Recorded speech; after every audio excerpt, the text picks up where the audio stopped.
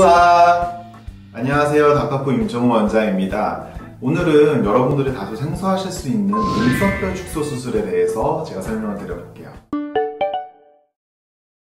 많은 분들이 처음 들어보시는 수술일 거예요. 눈썹뼈를 축소한다고? 사실 의외로 굉장히 많은 분들이 눈썹뼈가 튀어나온 게 고민이십니다. 왜 눈썹뼈가 튀어나온 게 고민이냐면 특히 여성분들 같은 경우에 눈썹뼈가 나와 있으면 약간 남성스러운 느낌이 들어요. 쉽게 생각해서 우리가 많이 아는 배우 중에 엄태우라는 배우를 보시면 광대랑 눈썹뼈가 함께 발달되어 있다 보니까 인상이 굉장히 강하게 보이게 되거든요.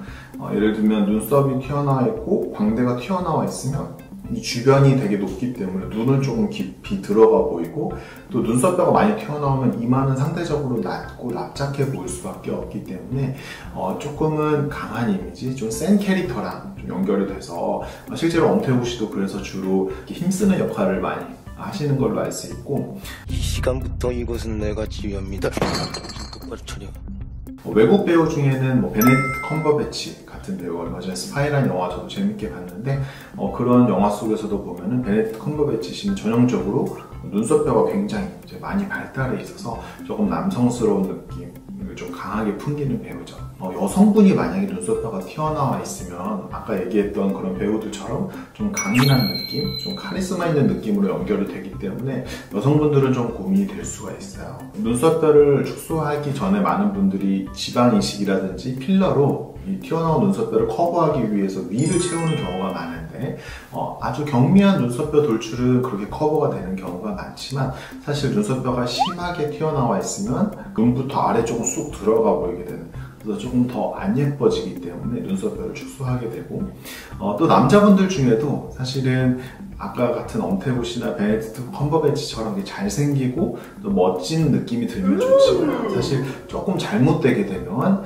심하게 얘기하면 우리 프랑켄슈타인 같은 캐릭터로 비춰줄 수도 있거든요. 눈썹뼈가 많이 튀어나와 있으신 분들은 남녀를 불문하고 고민이 될 수밖에 없는데, 그럼 이 눈썹뼈를 과연 줄일 수 있는 것이냐? 사실 수술 방법은 생각하는 것처럼 복잡하거나 어렵지가 않고 굉장히 간단하고 쉬운 수술이에요. 수술 시간도 1시간 내외로 굉장히 짧은 수술이고, 수술 방법을 제가 간단하게 설명을 드리면, 일단 절개는 눈썹 털 있는 안쪽에 한 2cm 정도만 절개를 해요. 사실은 요 눈 위에 상안검 수술하거나 이런 흉터보다도 오히려 짧게 생기고, 특히 눈썹 이 헤어 안에 숨기 때문에 흉터가 나중에 잘 보이진 않습니다.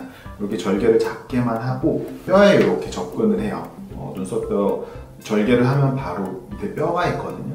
특히 눈썹뼈 바깥쪽 발달된 분들이 많은데 이 부분을 살짝 쉐이빙 해주는 거예요. 이제 갈아준다는 뜻이죠.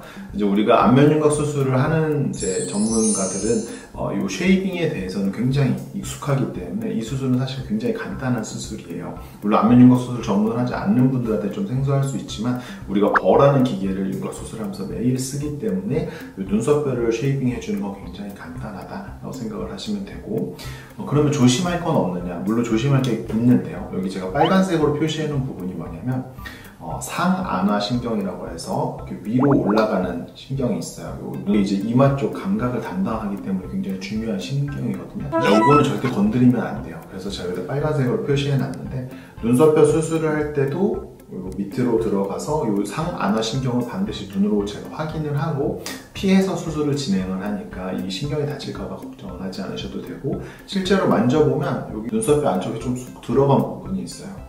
거기가 느껴지기 때문에 수술 전에도 여기다 디자인을 미리 해놓고 수술을 진행을 할 수 있습니다.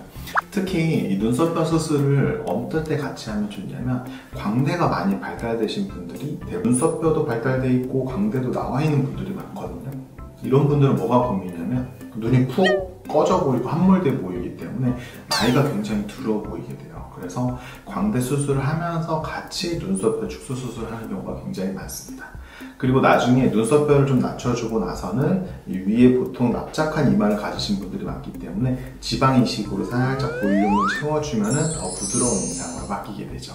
사실 이 눈썹뼈 축소 수술은 해외에서 더 많이 행해지고 있는 수술인데요. 그 이유는 우리 해외에서 이제 트랜스젠더 분들이 남성에서 여성화하는 수술을 받을 때 우리가 이제 페이셜 페미나이제이션 서저리에서 FFS라고 줄여 부르기도 하는데, 이 FFS 수술에 있어서 눈썹뼈 수술이 필수로 들어가기 때문이에요.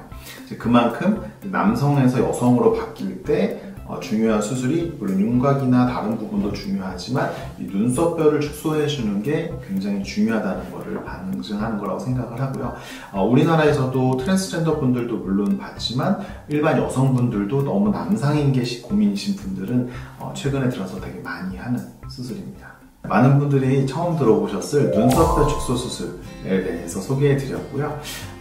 만약 거울을 보셨을 때 내가 너무 남성스러운 이미지가 있는데 눈썹뼈가 돌출된 게 원인인 것 같다 라고 생각을 하시면 너무 무서워하지 않고 상담을 받으러 오셔도 되겠어요. 다음 시간에 더 유익하고 재미있는 내용으로 찾아오도록 하겠습니다. 안녕.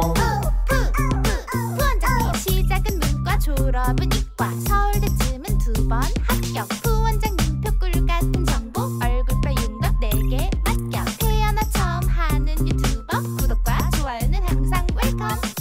꿀미모 원하시면 꿀단지 푸원장에게 오세요.